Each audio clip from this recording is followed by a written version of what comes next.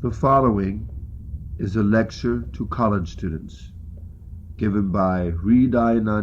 Goswami on January 28, 1990 at the Los Angeles Temple. So the idea of worship, it's not that there's this tremendous confusion that no one knows what God is or everything is God or whatever.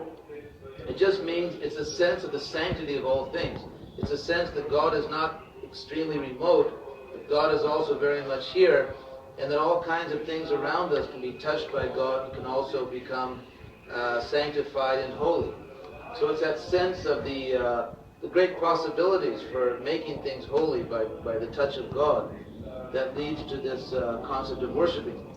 So in the same way, spiritual masters worship not because we think he's God or we don't know there's only one God. We feel here's a person who was so close to God, who was so surrendered to God. In other words, by his total subservience to God, he becomes worthy of worship. Not as a competitor God or a rival to God, but because he's so completely subservient to God's will. As the Christians say, thy kingdom come, thy will be done. So that sense of thy will be done is really the essence, I think, of the religious life. It's an acknowledgement that it's God's will and not our own, that really is what counts, and that we should make our will conform to God's will. Not that our will should conform to the latest billboard, the latest liquor advertisement, or the latest rock and roll song, or the latest academic theory, but that our will should actually conform to God's will, and that if someone is actually able to purely transmit God's will and follows, not a hypocrite, we discussed that point, but he actually follows, then that person is also divine. So the idea is that in the spiritual world, everyone really loves everyone else, no one is envious of anyone else, and everyone is godly, although only one person is God. So there's this very generous spirit of honoring other holy persons. That generosity is actually, because we don't feel threatened in our monotheism, we don't feel that somehow this could erode our comprehension that there's only one God. Could you say a few things about the organization? Sure. Sociologists like things like organization. We have a joke among ourselves that our movement is a proof. How do they say it? They say that anyone that knows us would never accuse us of being an organized religion. Quakers have the same joke. Oh yeah. So we have a system which Prabhupada left us, which is that there are about 30, you might call them commissioners or secretaries, who are responsible for the management of the society. We use the word GBC, the letters, which stand for Governing Body Commission. So there's 30 such individuals, and they meet once a year in Mayapur, India, Holy Land in East India. And then each secretary, GBC secretary, has a particular responsibility. Most of them have geographic responsibilities to oversee our activities in different areas. And then some have other portfolios. For example, one friend of mine is in charge of public affairs or public relations, whatever word you're supposed to use. And another one is in charge of education, and so on. So there are some areas like that, ministries or whatever you want to call them. But most of the responsibilities are geographic. How many countries? Well, first you might say something about the Guru tradition, because there Prabhupada had a teacher, and there are other groups here descended from cousin, right? They would be cousin societies. Yeah, you brought up a very important point. There is what is called parampara, which means in Sanskrit a succession. And this is the word which Krishna uses in the 4th chapter of the Bhagavad Gita. Evam parampara prapta. So prapta means received through parampara. Parampara means that the original guru means teacher, by the way. It just means teacher. Like rabbi. Yeah. But, well... Rabbi means teacher, too. Yeah, then this is it.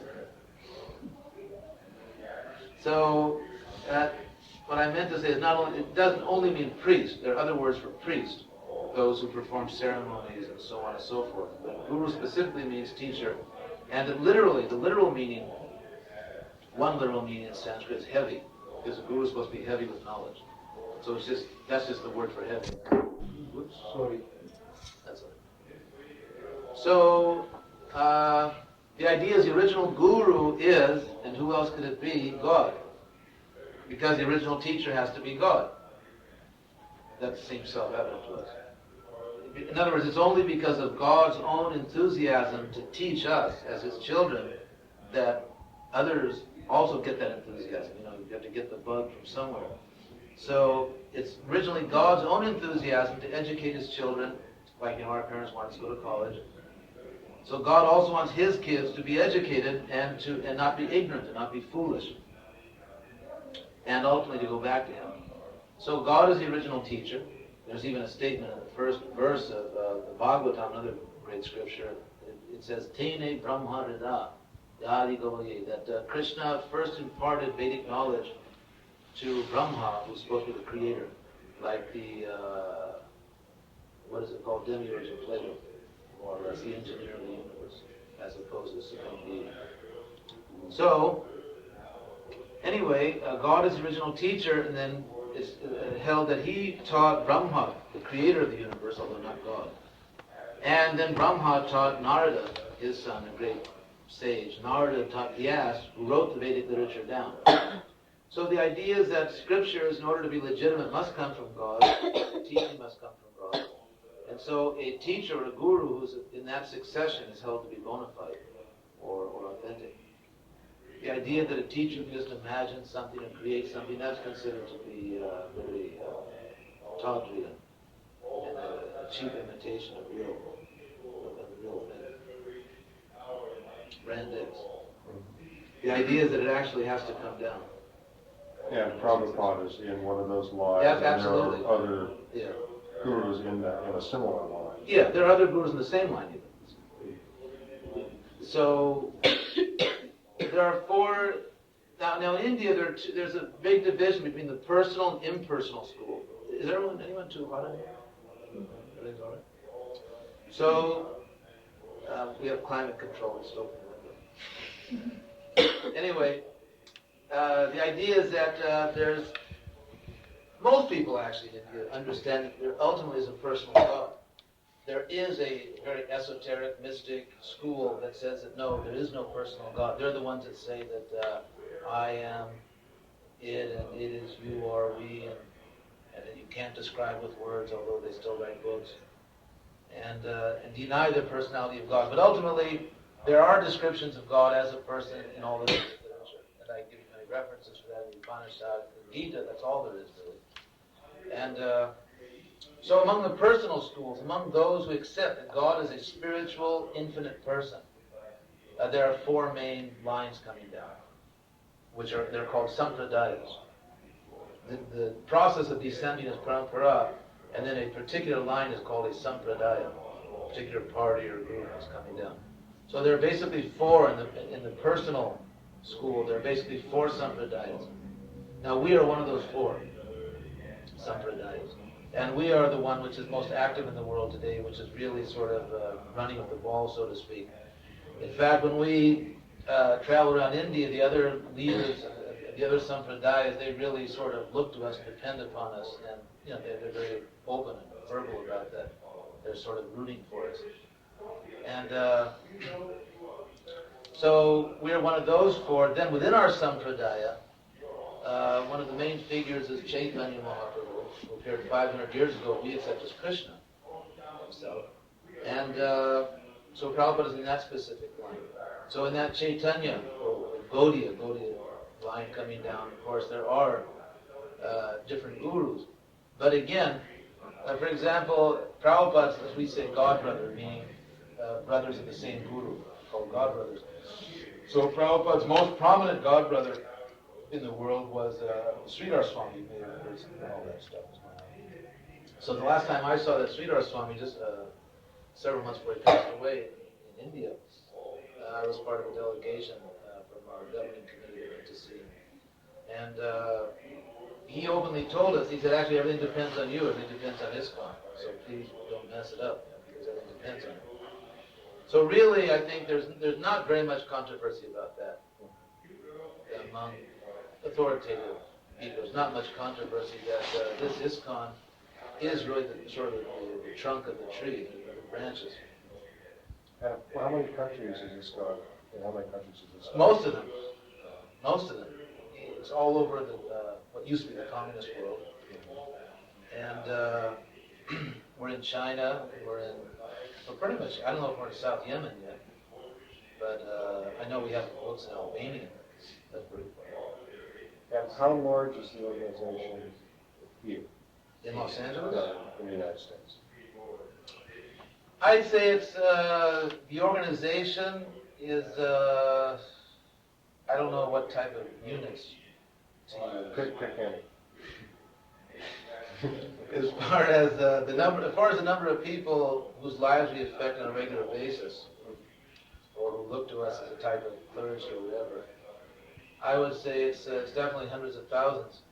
There's been, in sociological terms, a marked shift in the last several years, which many religions have experienced, and that is that because in America nowadays, unfortunately, because of what I have to call, I think, a wave of materialism, despite all the nice things that are going on, and we've also recognized that we're not doomsday prophets, but there is a wave of materialism.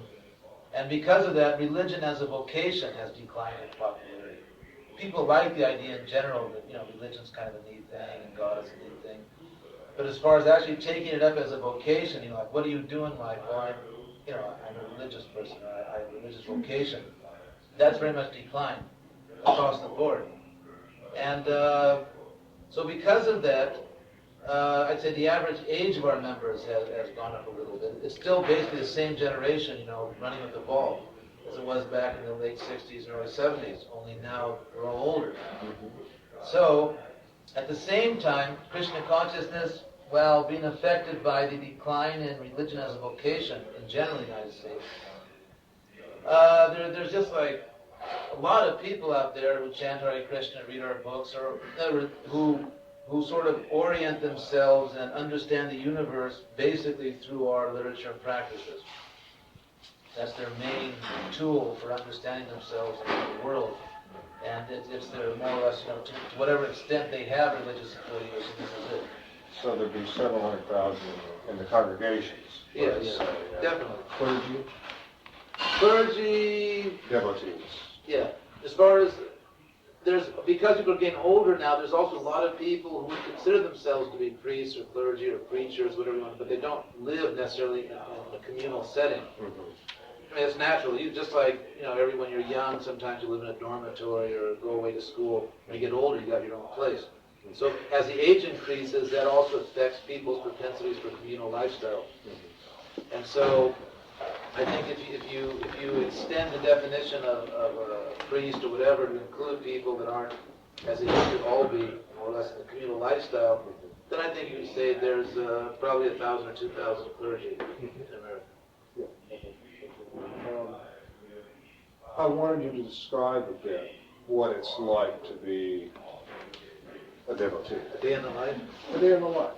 And also how one becomes a devotee and what kind of paths there are, what kind of options there are, and so on and so on. The first thing is really to bed early to rise. That I think in general to seriously practice spiritual life, it's very important to do as we do and as most people used to do, to get to bed early and get up early. Follow the sun, so to speak. And we try to get up by 4 o'clock in the morning, which frightens a lot of people. Although it's really neat because you have a whole planet to yourself. In the sense that it's very peaceful, it's very quiet, all the passionate, aggressive, greedy people are sleeping, or almost all of them. And the atmosphere is very serene. It's a very serene, sublime atmosphere. It's easy to meditate. You don't get many phone calls at that time. And not a lot of planes and helicopters overhead. And you can actually do your spiritual thing. So to get up early, you have to get to bed early. And actually, the midnight hour is not so appealing to those who are religious really into spiritual life, not into the midnight hour. So we get to bed early. 10 o'clock, for example, for us, that's like our bedtime, the latest. And we get up early. We take 3 baths a day. We hold the people to keep very clean should take bath when you get up after sleeping. Get up and take a bath. And then after working half the day at noontime, you take a bath before you eat lunch. It really feels good once you get into it. You take a shower, a bath, whatever. You get yourself all clean. We mark our bodies with the sacred clay and say the names of God, like to sanctify the body, make the body as God's temple. And then and then in the evening, after you finish your day's work, take a bath in the evening before you go to bed. So we take bath. Anyway, we get up at 4, take a bath, get ourselves ready. Then at 4:30, between 4:30 and 5:30, depending on there's some flexibility. We have what we call Mongol Arti. Arti is a ceremony you'll see in a few minutes. And Mongol, there's different artis. There's the Mongol Arti, the Sundar Arti, this Arti, that Arti. In other words, the ceremony is different times of the day. So the first one is called Mongol, because Mongol means, not like the Mongol horse. Mongol means, in Sanskrit, auspicious, happy. The idea is that if you start your day with a bang like that, you get up real early and worship God the first thing, early in the morning, your whole day, you're way up there. The whole day you're just really happy and you sort of float over all the stuff that's going on down there. You'll feel just real good and happy and solid all day because you started your day right. So that's called Mongol Arti. After Mongol Arti, we have a few other little things, chant this and that. It's a lot of fun once you get to know what it's all about. And then we have our individual meditation with these bead bags, which generally arouse some curiosity. This is something like the Catholic Rosary. It's the same basic idea, I'm sure. A lot of traditions in India, and also Western religious traditions, carry beads because it's just a very easy, convenient way to count how many times you've chanted the name of God, or Mary, or Jesus, or Krishna, or whatever. Just like, let's say you're a swimmer, or any kind of athlete, you do like 20 jumping jacks, or 5 laps, or it's not just anything you feel like. Or in school, the teacher tells the students, like, read so many pages, or little kids, write this 10 times. Or your piano teacher tells you, do the scale in C 12 times. So anyway, the idea is that any type of serious endeavor, discipline, enterprise requires regulation, discipline. Otherwise, you just don't get things done. So also in spiritual life, it's supposed to be regulated and disciplined. That's very important. Not drudgery and slavery, just good old-fashioned discipline, like you're trying out for the Olympics. So we chant 16 times around these beads. There's 108 beads, and we chant 16 times around. It takes about 2 hours, an hour and a half, 2 hours, depending on whether you're in the fast lane, fast chanting lane, or the middle lane, or the slow lane. So after that, we have a ceremony where we greet the deities again downstairs. Very beautiful ceremony, open the curtains, and we bow down, and then we have a class. We discuss philosophy for a half hour to an hour every morning. Try not to be dogmatic or fanatical. We try to learn philosophy. And after that, we have breakfast. And after breakfast, everyone does whatever they do. Some people, those who are married, most people that are married have to get some funds. They have a wife and children. They have to get some money. Of course, those who are very much priestly in nature, they may be subsidized. I think every religion subsidizes their priests. So, but the married people generally do different things to maintain their household. And then those who aren't married, I'm not married, I was married, but not now. I'm you might say a priest or whatever. Although a priest can be married also. A man or a woman can be a priest, and married or unmarried can be a priest. But because I'm not married, I have the luxury of not having to worry about those things. So I don't have to feed anyone out except my own, and that generally somehow is not so difficult. So we all do what we do. I mean, in this movement, there's all kinds of people. It's not that just intellectuals or just simple people or just businessmen or just, in other words, sociologically, several years ago, some sociologists tried to really pin us down. Is it just like, is it this kind of people or that kind of people? Which one tried to pin you down? Did you happen to know? I don't remember. It was sort of numbers. It's a typical thing that goes on in the quote unquote scientific community, that you start with your thesis and then get the facts. You start. The reason I ask is I know most of these people. Oh yeah. It wasn't still St. Judah. No. But he had a hunch that, I think the basic premise they began from it was a reductionistic material view of reality, that basically all there is in life is just, atoms and molecules, and then you have consciousness as an epiphenomenon, and then consciousness can only be explained in terms of material conditioning, and as far as God and the soul, that's just, something people delude themselves with based on certain material conditions. It's funny, in the social sciences, religion used to be seen as a useless myth. Now it's been upgraded to a useful myth, which is very interesting. So at least now we hold a useful myth, which is encouraging. The article by Durkheim, for example. Yeah.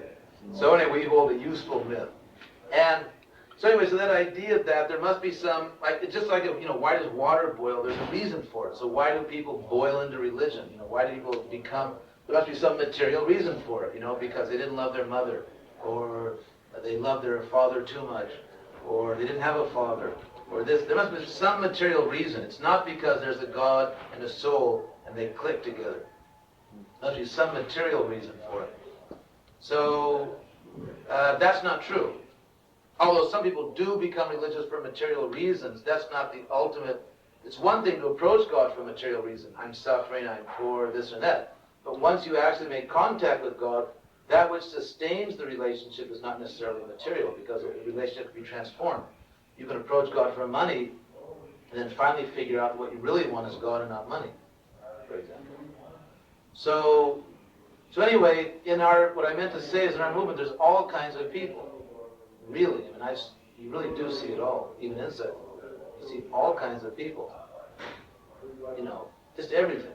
Every conceivable kind of person you find. So, after breakfast, everyone just, it's like when you say break in the huddle, everyone just goes and everyone has their own position and service, and everyone just goes and does what they're supposed to do. So then in the evening, we have some other spiritual activity. And that's a typical day. Excuse me. I noticed a painting downstairs with this lion or whatever with a lot of circles and arms up and gouging out some lady's stomach. Oh, that was a man. I was wondering what was the significant meaning about Sure. that. That's supposed to be an incarnation of Krishna, of God. Which one? The one doing the gouging or the one Yeah, being gouged? the one that's winning. The idea is that God has all the personal qualities. And so anger also comes from God, although God's anger is pure. It's not, we get angry sometimes just because, like let's say we're driving on the road and someone does something in front of us that we always do. We say, you jerk, you like that. But it's something we always do too. I've noticed that we do that. So God's anger is pure. And the story behind it is that once there was a 5-year-old boy who was a pure devotee of the Lord. He actually reached pure enlightenment, pure love of God. And he was completely absorbed in the love of God. His father was a great demon. He actually was a very evil person that used to massacre people. And he was just, sort of like a Vedic version of Hitler, only on a cosmic level. So he was a very wicked person. And because his son loved God, he decided to murder his son. So he tried in every conceivable way to murder his son, threw him off a cliff, cut him with a knife, poisoned him. But everything he tried to do, God saved him. He got thrown off a cliff, and said he landed like a feather. And then his father gave him poisoned food. But he just, as usual, offered his food to God, so when he ate it, there was no effect, because the food was sanctified. So his father, for no other reason, the son loved God, kept trying to kill him. And finally, the Lord couldn't tolerate it anymore, so the father was in a frenzy because he couldn't kill his son. He was losing it completely. And so he said to his son, where do you get this power? And he said, from the same place you get your power, Father, from God. So then he went completely berserk. And then he screamed out, where is this God? I'll kill your God. He was a very powerful person. And then the father said, is God in this pillar of the palace? And so his son, 5-year-old boy, said, of course God is all pervading, so he's also in the pillar. So at that, this demon cried out, then I'll kill your God. He took out a sword and smashed the pillar, and then the Lord appeared in that incarnation and actually ripped apart the demon. It's interesting that at that point, he said, the Lord said to this little boy, Prahlad, that I'll give you whatever you want, because you love me so much, I'll give you any blessing you want. So then the boy said, then please just save my father. Let him also go to heaven. So then the father was also saved. So it has a happy ending. Everyone got saved again. Okay, why don't we allow to point out That's an honest question. The idea is that, it's culture. It's part of the Vedic culture. The feet, just like if you kick someone, it's like, let's say I wanted to get your attention. If I tapped your shoulder, just said, hey you, it would be nicer than kicking you. So the idea is that the feet, because the feet walk on the ground, there's a lot of dirt down there and everything, that you don't step on someone or point your feet. It's part of the Indian culture. That's also why we take our shoes off, because, there's all kinds of chewing gum and other things worse than chewing gum out there. And so, because we're walking around on it, the idea is that your house or the temple, whatever, is kept very pure and clean. And also, not pointing the feet is a way of showing respect. It's actually a very beautiful culture. Alexander liked it. A lot of this culture, Alexander the Great, a lot of this culture, of course, was in the old Persian Empire because of their close ties with the Indian civilization. In fact, without going into all, the whole thing of the language base and all that, but there was a lot of connection, a lot of the old, those grand old Mid-Eastern empires that the Greeks always had to contend with. A lot of that culture, which, they were doing different things with it, but it was coming originally from India. So when Alexander conquered the Persian Empire, he became fascinated, isn't it, with that Eastern luxuriance and culture and worship and everything. He thought it was neat. So he wanted to introduce it, and I think he encouraged his men to intermarry with Eastern girls. He actually wanted to achieve a type of synthesis. He died. It's interesting. Of course, we can speculate what would have happened. But so these types of things, it's actually a very great culture. It's a very beautiful thing, and that's just one of the little aspects of it. Could you say something about the position of women in the movement? Yeah, that's a timely topic of the day. Women.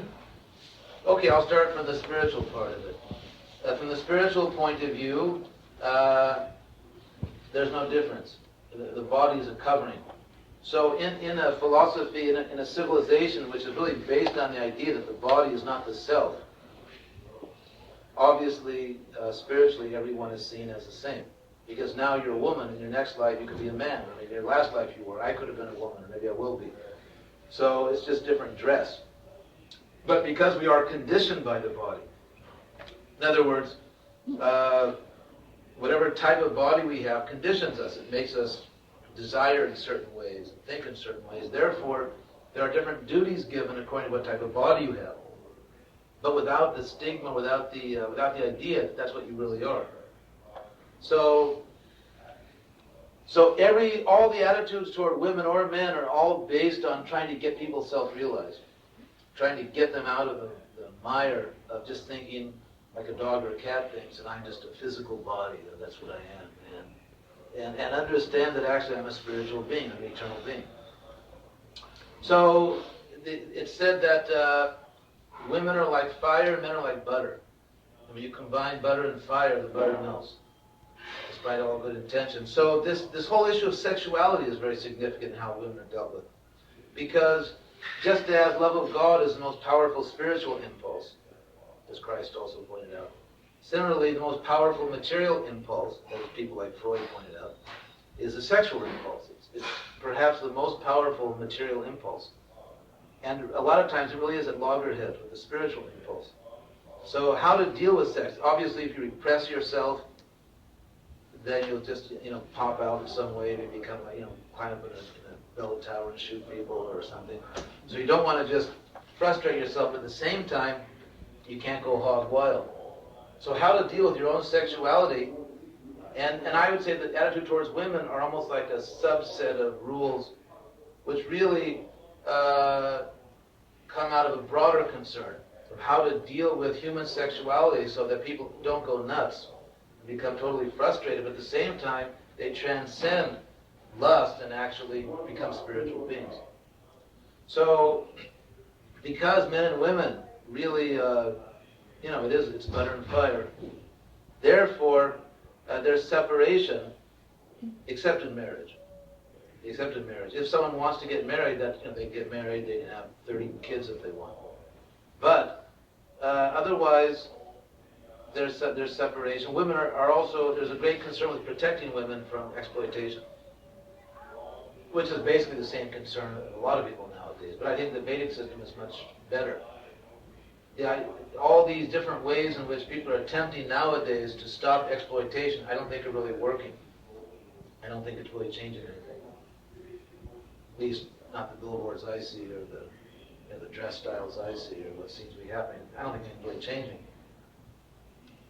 And so I think the Vedic system is much more effective. The Vedic system of stopping exploitation is based on the concept that a woman should be married. The man shouldn't be a jerk. The man should have a certain amount of culture and education. The man should see his wife as a spiritual being. And to see your wife as a spiritual being means that you have to try to help her become enlightened. And so there's a whole set of cultural rules. So basically women are seen as human beings that have to be enlightened. They have to achieve enlightenment, and everything should be done so they do achieve enlightenment. But that unless men and women, unless sexuality is dealt with successfully, you'll get a very materialistic, gross, vulgar society like we live in today, where people just basically are suing each other in different ways. So are you saying that women don't become enlightened unless they get married? No, I wouldn't say that. There are many women that were enlightened and not married. But in general, women are married because that's seen as the best way, the most efficient way on a large scale to protect them. For example, take the women's rights movement in America, which is ultimately, it's changed certain types of superficial aspects of our culture. But to a great extent, people remain very materialistic. And as long as people remain very materialistic, they basically exploit each other. So if you have a movement aimed at, let's say, women aren't able to exploit as much as men. Men are exploiting the whole planet. They're just, the men have gone hog wild, and America in general is sort of destroying the planet in their attempt to, open new markets or whatever. So now the women say, we're not exploiting as much. I mean, a man was justified on the basis that sex is natural. That was really the bottom line, sex is natural. But, natural doesn't just refer to below the belt. It has to be natural above the belt also. So if you have sex, the natural thing is to produce a child. It's not natural to have sex and not procreate. That's not natural. I mean, just the sheer shamelessness of the hypocrisy of saying I can have sex because it's natural, and I use a birth control device that came out of some chemical laboratory. The hypocrisy of it is staggering. So let's say you have sex, and then you have a child, because you're natural. Then it's also been proven, there was just a conference at Stanford in which they were saying that divorce is a fiasco, it's a disaster, it's just the worst thing that happened. The same liberal human counselors that were telling everyone before, if you need it for your self-improvement, for your personal growth, go ahead and get a divorce, hug your kid a few extra times every week. It's a big failure, because children do need a solid home. Divorce ruins children, it's not good for them, it's a traumatic experience. So it turns out that a husband and wife that stay together, that's also natural. So it turns out, lo and behold, that having sex within marriage to produce children in a religious marriage, that turns out to be natural sex. Because if you want to say nature is just below the belt, no, nature is above the belt. Your brain has to be natural, psychologically natural, socially natural, not just, below the belt natural. So it turns out that the old-fashioned thing where get married. It's a religious thing. You're not just marrying like dogs, they sniff each other. You don't just sniff a man or a man sniffs a woman and get married. Then when they don't smell good, you divorce. It's not a question of that. It's a question of that I'm willing to accept this person for the rest of my life and we'll work together at self-realization. That's marriage. That's actually human marriage, as opposed to dogs sniffing each other. So then, you get married and you have children and you take care of them in a stable home. That's natural sex. So, therefore, women get married. And most men get married because otherwise you're not going to be able to deal with sexuality naturally. The sexual revolution has unleashed perverted sex on the world, where there's no responsibility, there's no stability, there's no underlying values. The sex isn't integrated with your spiritual being. It's just, it feels good, so do it. So that totally integrated, totally synthesized natural sex means, it's the old-fashioned thing. So therefore, unless you deal with sexuality in a way that's compatible with spiritual life, people will never stop exploiting each other. It's absurd. So that's basically the attitude towards women. We should probably go downstairs. Yeah, I don't want to. Anyway, thank you very much. Enjoyed talking to all of you, and have a good time.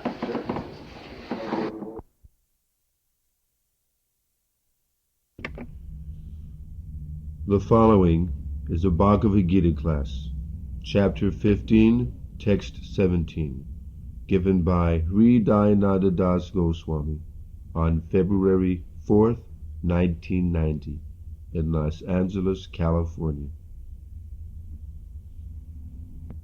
So we're going to read a verse from Bhagavad Gita, as it is. Translations and purports are by His Divine Grace Srila Prabhupada, founder of our movement and the spiritual authority of our movement. So this Gita is written originally in Sanskrit. First we'll chant or recite responsibly the verse, and then read the purport.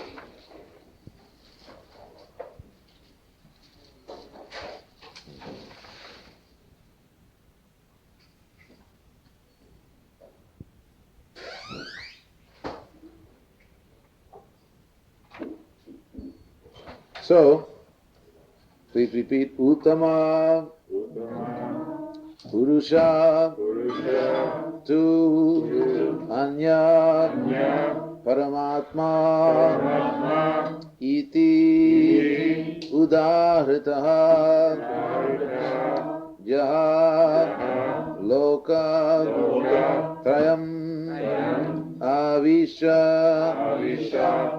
Vibharati, Avyaya, Isharaha, Uttama Purushastanyak Paramatmeti Udharita Jo Lokatrayama Visha Vibhartya Vyaya Isharaha. So the translation is as follows. Besides these two, which I'll explain what the two are.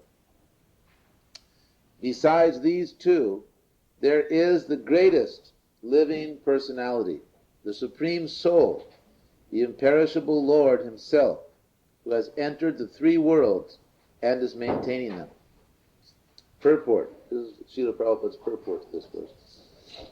The idea of this verse is very nicely expressed in the Katha Upanishad and Shetashatara Upanishad. It is clearly stated there that above the innumerable living entities, some of whom are conditioned and some of whom are liberated, there is the Supreme Personality who is Paramatma. The Upanishadic verse runs as follows. Nityo Nityanang Chaitanas Chaitananang. The purport is that amongst all the living entities, both conditioned and liberated, there is one supreme living personality, the Supreme Personality of Godhead, who maintains them and gives them all the facility of enjoyment according to different work. That Supreme Personality of Godhead is situated in everyone's heart as Paramatma. A wise man who can understand him is eligible to attain perfect peace, not others. Om Jnanatamidandasya Jnananjana Salakaya Chakshuru Niditang Jena Tasmai Sri Gurave Namah. I was born in the darkness of ignorance, but my spiritual master opened my eyes the torch of knowledge. Therefore I offer him my most respectful obeisances. So I've chosen this verse tonight because today we're celebrating the disappearance day of a great Acharya, or great spiritual authority named Madhvacharya.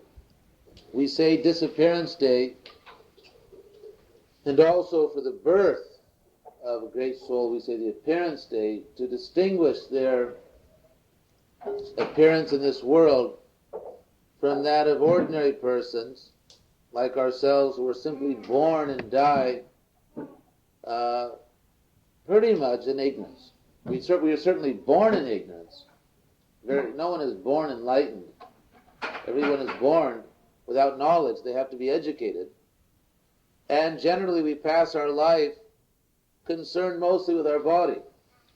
And we may have some vague intuition that there is something beyond the body, but we never get around to it completely and never understand it fully. It remains a type of tantalizing or vague higher dimension.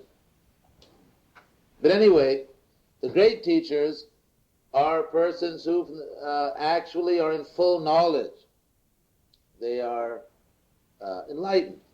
And so their appearance and disappearance in this world is not like ours. So we say their appearance day and their disappearance day rather than saying the day they died. Because the idea is that through their teachings, which are supposed to be Sanatan Dharma, eternal principles, universal principles, they continue to live in this world. So, Madhvacharya appeared in this world in South India.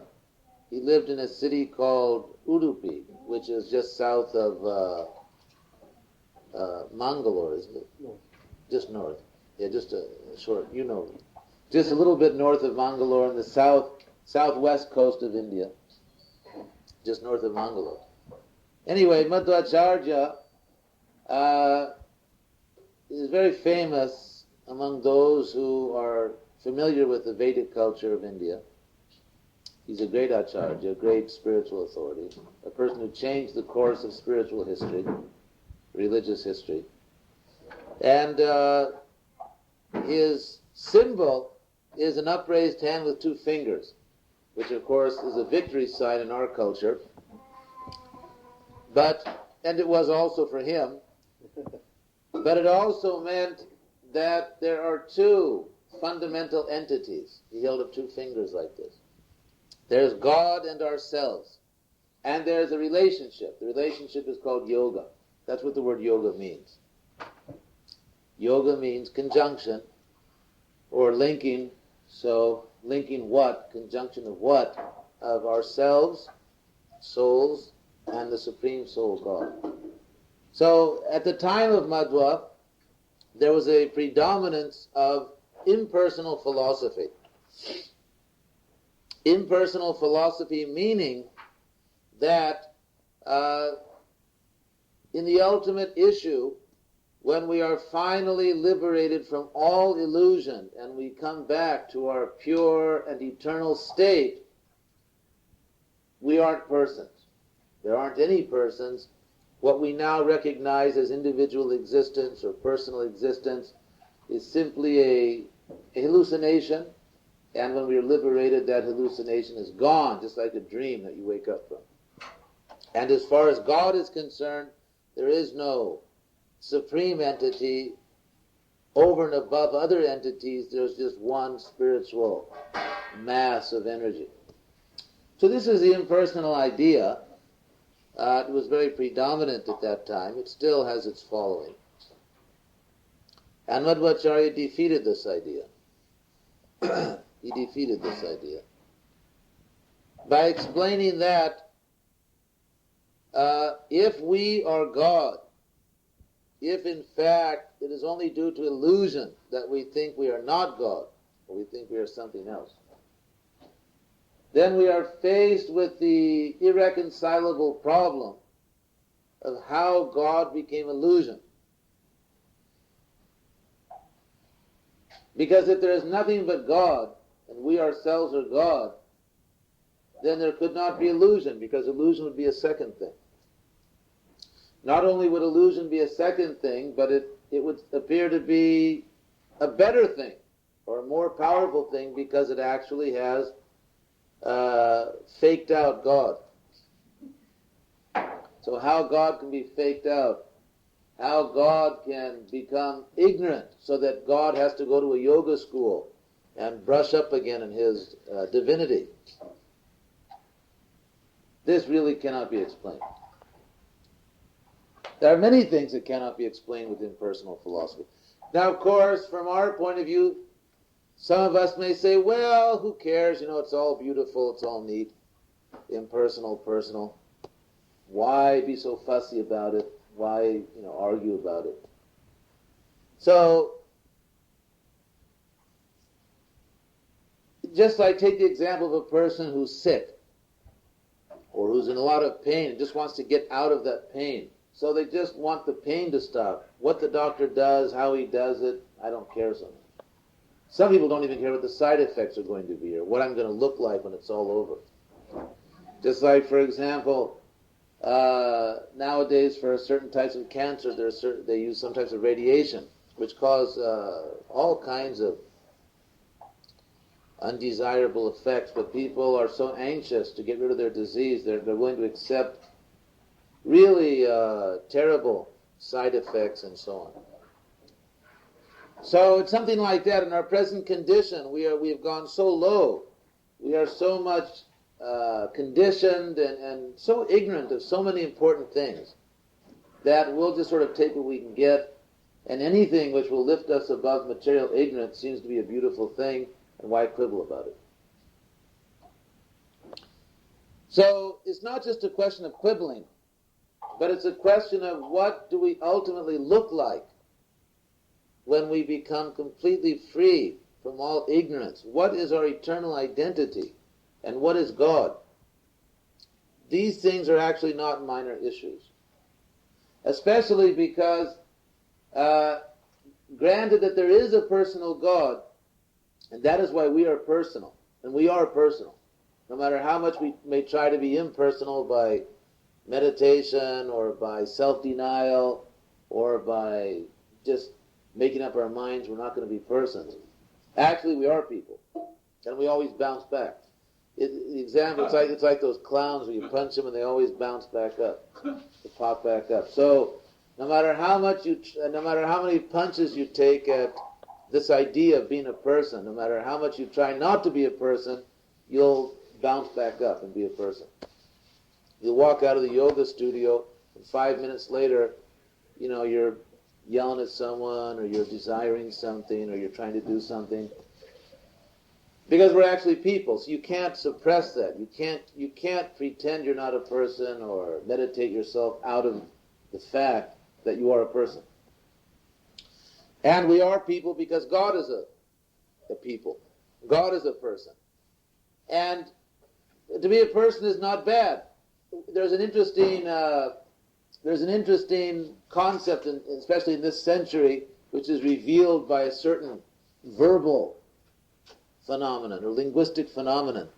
That we use the word ego. We say that, he has a lot of ego. That's just his ego, or that's egotism. Now, ego just means to be an individual person, to have a sense of I am something. So we have given a negative connotation to ego. Ego is not really bad, though. Therefore, we use the term false ego, because ego in and of itself is not a negative thing. But false ego is bad. Now, when you say I am, how you fill it in, the blank, I am what? What are you? That depends on what kind of ego you're dealing with. Someone may say, I'm an American. Someone may say, I am a stamp collector. Someone may say, I'm the president. Someone may say, I'm an aardvark. Or I'm Chinese, or I'm this or that. I'm a female, I'm a male. I'm old, I'm young. I'm an intellectual. I'm a truck driver. I'm a plumber. So, how you fill that in? Ultimately, we should fill it in that I am an eternal servant of God. That's actually our eternal identity. But if we fill anything else in, if we put anything else in that blank, it's called false ego. Even if I say I am a yogi, I am a philosopher, that's also false. I'm not eternally a yogi. It's not that when you go back to the spiritual world, you do exercises, breathing exercises, or sitting postures in the spiritual world. So that's not eternal. That's a means, but it's not eternal. So if you say that I'm eternal servant of God, that's really right on the money. And the whole reason that we're in this material world, the whole reason that we have these bodies and that we're getting old and dying and so much anxiety and fear is because we don't like that. We don't like it, and we're trying to be something else. That's really all that's going on down here in this whole universe. Even if you go to other planets, any planet you like, what to speak of anywhere on this planet, you're only going to find one thing. People basically trying to pretend there's something else besides eternal servant of God. And you'll find some few people who are figuring out that they really are servants of God and trying to understand what that means. Or trying to somehow get back in touch with their own real nature. So there are different ways in which we try to avoid our subservience to God. One of the ways is by claiming that we are God. Just like back in the late 60s when we were engaged in political demonstrations, the idea was that power to the people, we are the people. In other words, there's no other authority beyond us. We ourselves are the authority. So this is more or less the technique in the impersonal school, that you don't have to surrender to God, you don't have to be subservient to God, because you are God. So isn't that silly that you were thinking of serving God when actually you are God? Now, this idea we have that service is undesirable. The last thing in the world anyone wants to be is a servant. A servant is an extremely negative word in our culture. That's why even in America, if you want to get a personal servant, someone to clean your house, you have to get a foreigner, isn't it? I mean, you can't get an American. An American really doesn't want to do that. You have to get someone from some other country. You just want someone to come and do personal service. So in our culture, it's so ingrained. We think that to be a servant, that goes back to more primitive times in history when there was rampant exploitation of social classes and people were unenlightened. They were, in historical oblivion, and they allowed other people to exploit them, and they actually agreed to call themselves servants or whatever. So we have this idea, just like that American flag, "Don't tread on me." So this is very, very deeply ingrained in us, that don't be a servant, be a master. Be your own man, be your own woman. And we think this is somehow freedom. This is what it means to be successful in life. Of course, freedom is not an independent term. It requires some correlative term. In other words, what are you free from?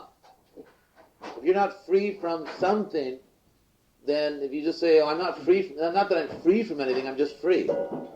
So to be just free and not to be free from something is difficult to understand. The word actually requires some further elaboration. So what are we free from? We somehow have the idea that we're free from this humiliation or free from this misery, this wretched condition of having to serve other people. And therefore, even the idea of serving God, like the Pope, for example, in the Catholic religion, if he issues a statement condemning our personal gratification, like, for example, if the Pope says that people shouldn't have extramarital sex, or they should just control the size of the family just by self-control and things like that, then immediately his popularity drops like anything. They show polls, in the newspaper that the Pope just said that people shouldn't use birth control devices, they should just control themselves, and immediately his approval rating goes way down. So the idea is that even God has no right, or someone who claims to be God's representative has no right to restrict our personal gratification, our personal enjoyment. Now, is this concept we have of ourselves realistic? We have a very lofty idea of who we are in the universe, that even God or God's representatives cannot restrict us, that each one of us really just should create his own philosophy, and we have all these ideas. So are these ideas realistic? Do these ideas really reflect our actual position in the universe? So we would say that they don't. That these ideas are actually artificially inflated and based on a misconception of what will actually satisfy the soul. That the soul will not be satisfied by predominating, but the soul is satisfied by submission, by loving submission. Anyway, this is the philosophy of devotion. How this whole attempt we have, in other words, it's not axiomatically true. It's not self-evident in philosophical language. It's not self-evident that it's better to predominate than to submit. We hold this practically, virtually axiomatically, that we don't even really discuss it because everyone's just supposed to know it. It's self-evident that it is better to predominate than not to be predominated, not to submit. That there's more nobility, dignity, happiness, meaningfulness in controlling, predominating, rather than being predominated. But this actually is not axiomatically true. It's not axiomatically true. If there is a supreme person, or God, or supreme being, or any name you use, if there is a supreme person who is infinitely attractive and infinitely good, then it is understandable that submission to that supremely benevolent, supremely beautiful, supremely pleasurable entity would actually be a source of far greater pleasure than simply trying to predominate this universe. As science is doing, for example, now. I mean, that's the whole thrust of modern science. This whole system of empirical knowledge is based on the underlying assumption, which is not a good one, that the way you get knowledge is by controlling, by predominating. That you get knowledge by predominating. Therefore, in the controlled experiment which characterizes modern science, the scientist is over and above the experiment. He's watching it, he's controlling it, he's establishing certain conditions, and he maintains a certain type of objectivity by his control. And therefore he extracts certain answers from nature. The universe is seen as a passive entity. It's just there, it's there to go, and let's go get it. And the more industrious you are, the more experiments you conduct, the more power you get over nature. And the more power you have over nature, the more knowledge you get, the more knowledge you get, the more power you get. So this is the model. This is the model, and we are very much affected by that model. I mean, that's, of course, obviously in terms of the environment and all those issues, I think the relationship is very obvious. This misconception that human beings are meant to dominate the universe, they're meant to dominate the earth, that real knowledge, objective knowledge, is only acquired by domination through the controlled experiment, and that in terms of religion is concerned, that religion We should also dominate the religious field. We should create our own philosophy. We should establish our own rules. We should not ultimately submit to God, even if it requires too much self-discipline, because ultimately even God should not interfere with our attempt to enjoy this world. So this is the whole ethos, or this is the whole spirit, the whole mood of the century, to dominate the earth, to dominate everything, to leave our imprint on everything, whether it's religion or science or education or whatever it may be, the human being as a center of reality. So I think this is a somewhat monstrous misconception. It's actually a little demonic when you really think about it. And Krishna says in the Bhagavad Gita that this is a mentality of the godless person. Not that anyone, I'm sure not anyone here or there, anywhere is like the absolutely bad, but at least we can recognize what the absolute bad is, so we can shy away from it. But Krishna says, Isharoham aham bhogi, I am the Lord, I am the enjoyer. Siddhoaham, I'm perfect. There are philosophies nowadays that, just realize that you're perfect. It's not as important to actually become perfect. That requires a lot of work. Just realize you are perfect, which is, the shortcut. Siddhoham balavan, I am very powerful. Sukhi, I am very happy. And so on. So, this idea that I'm the Lord, I'm the enjoyer, this is the archetypical notion which brings us to this material world. And so, if we want to eliminate the effect, we have to eliminate the cause. So if you want to eliminate the effect of being in anxiety, fearful, having a material body, growing old, dying, all these things, you have to eliminate the cause. The cause is this mentality. That why should I surrender to God when I myself am God? Why should I serve God's pleasure? I should just do whatever feels good for me. Now, there's a very nice analogy which is given by the great teachers like Madhvacharya. It actually comes from the ancient scriptures. Jathataror mulani sechanena tripyanti tatskanda bujopasaka. This means that just as by watering the root of a tree, you water the whole tree. You'll find in the Vedic literature the metaphors and analogies are very nice and wholesome, macro metaphors. So it's that just as by watering the root of a tree, you water the whole tree. Now imagine a person who thought, well, why should I favor the root of the tree? Every part of the tree should have equal rights. Therefore, he climbs up on the tree with a little squirt gun or whatever, little water squirter, and starts individually spraying each leaf, each twig, thinking that in this way he's actually, that in the past people were primitive, they just gave all the water to the root, exploiting the other parts of the tree.